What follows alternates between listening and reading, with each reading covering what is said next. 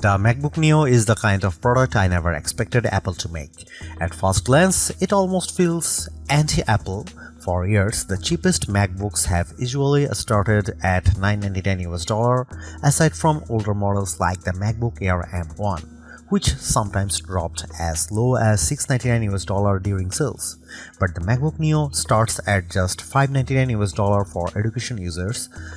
That is a massive $500 less than the new MacBook Air M5.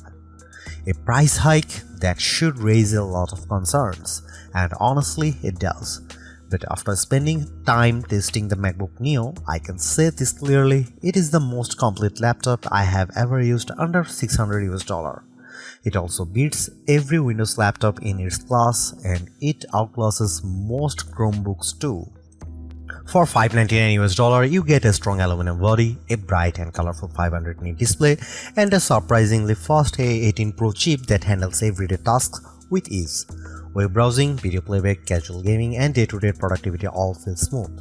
On top of that, the side speakers are far better than you would expect at this price. So what did Apple have to cut to make this happen? Where does the MacBook Neo stand in larger laptop market? And is it actually the right choice for you? Here is my full MacBook Neo review with the real pros and cons laid out clearly. The MacBook Neo proves that Apple still knows how to make a budget product feel premium. Even though this is the least expensive MacBook in the lineup, it still looks and feels better than almost every laptop in its price range. The aluminum body gives it a solid, durable, and high-end feel. It also comes in 4 bright color options, and the review unit I tested was the Citrus version, which is a vivid green shade that stands out in a good way. I also saw the color at the launch event. Silver is the classic Mac look, blush is a soft pink tone, and indigo is a deep blue. These colors feels fun without looking childish. That said, the aluminum build does mean the MacBook Neo is not quite as light as you might expect. At 2.7 pounds or 1.23 kg, it weighs the same as a MacBook Air. That is still portable, but students carrying it around all day may notice the weight. It is also slightly thicker than the Air. Apple has also matched the keyboard color to the laptop's finish, which gives the MacBook Neo a more unified and polished appearance. Apple describes it as a more colorful MacBook, and that is a fair description. One of the main differences between the base model and the higher storage version is Touch ID. If you buy the 512GB version, you get a Touch ID button on the keyboard that makes logging in, authorizing installs, using Apple Pay, and managing passwords much easier. It is a shame that Apple limited this to the more expensive model because biometric security is extremely convenient and is already common in many budget Windows laptops. The base model instead gives you a plain lock button, which is much less useful. The keyboard itself feels comfortable and responsive, just like the Magic keyboards on more expensive Macs, but it misses one major feature: backlighting.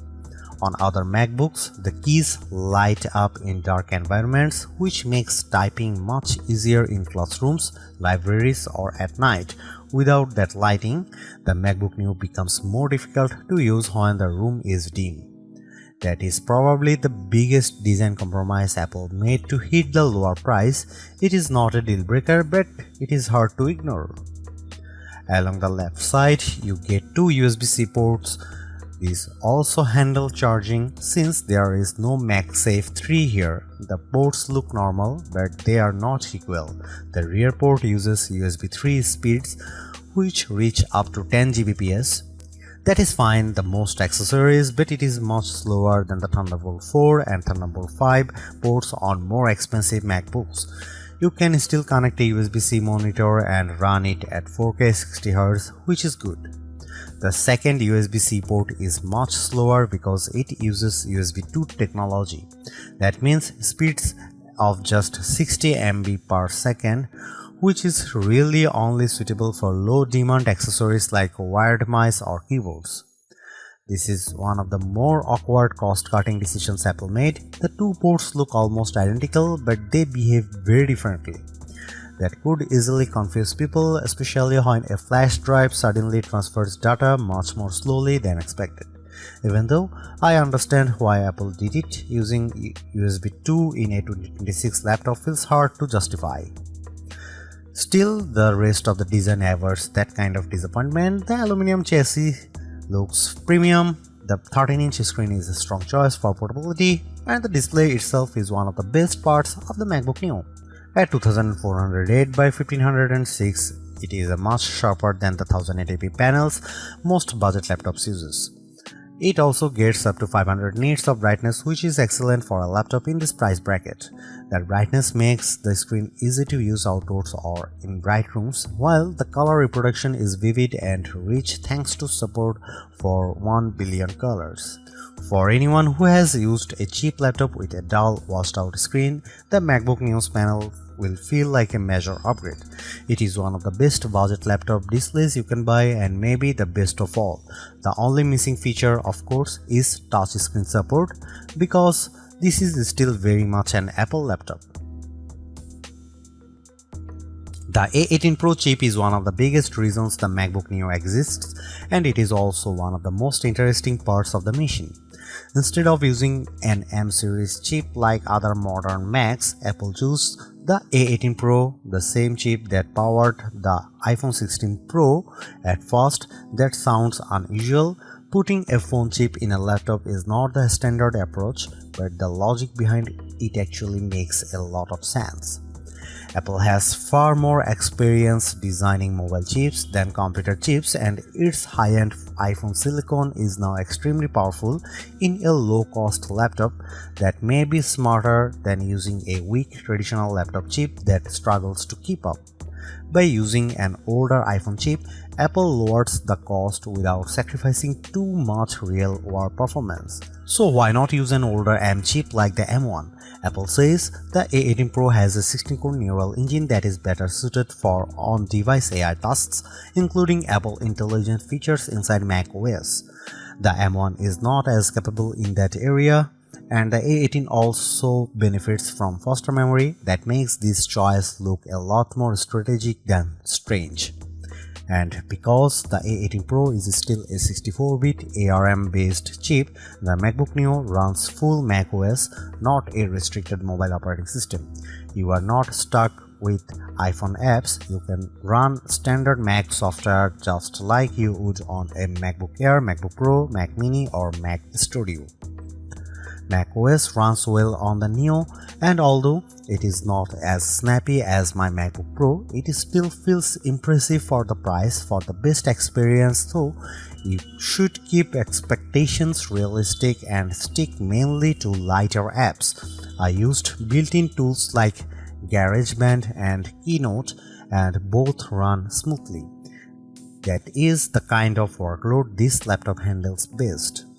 You can still go beyond that. I installed Steam, which requires Rosetta on non-Intel hardware, and it worked. That shows how open the MacBook Neo is compared with Chromebooks, which are still far more limited in the apps they can run. Some budget Windows laptops also ship with Windows 11 in S mode, which is basically a locked down version of Windows that awkward app restrictions. The MacBook Neo avoids all of that. In practical terms, this makes the Neo much more flexible than a Chromebook or a Windows S mode laptop. It is also more useful than an iPad Pro in some ways, even though the iPad Pro may be more powerful on paper. The reason is simple: the Neo runs full Mac software, not iPad OS apps.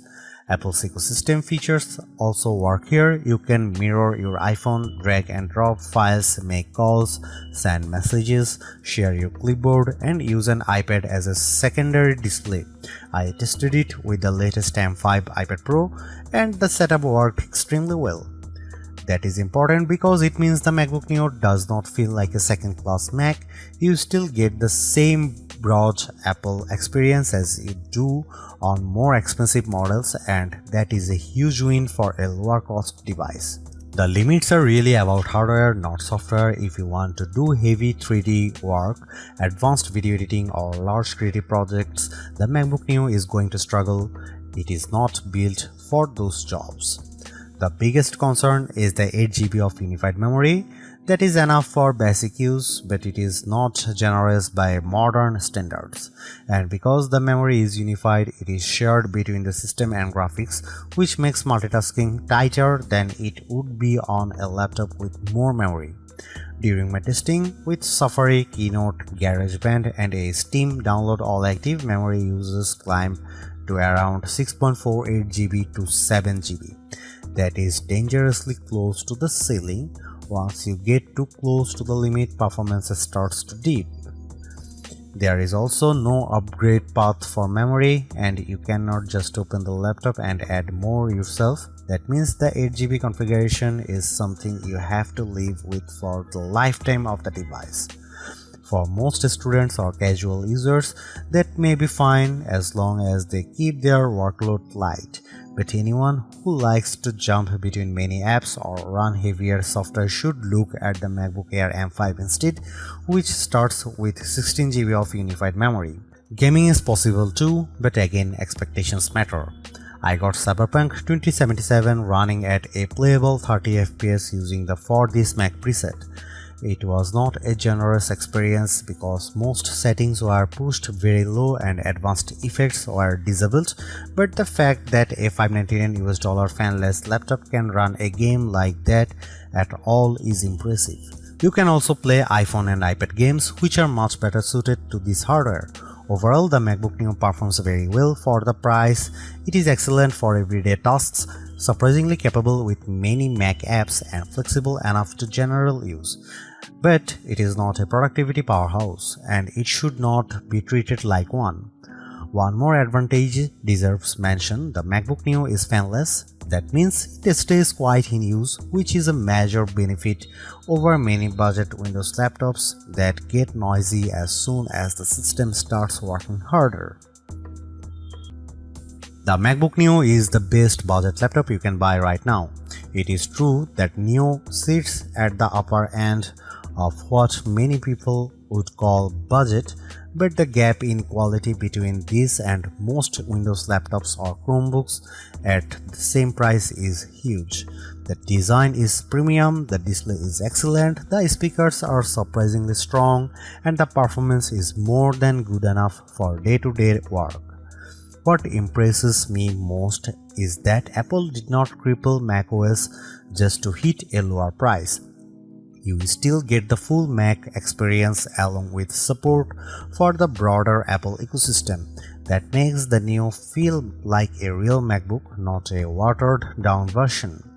Yes, there are compromises. The USB-C setup is awkward, the keyboard has no backlight, and the 8GB memory limit is restrictive, but those issues are understandable in a laptop this affordable, even if they are still disappointing. At the end of the day, Apple has made a budget MacBook that actually feels worth buying. It is not the cheapest option on the market, but it is one of the smartest.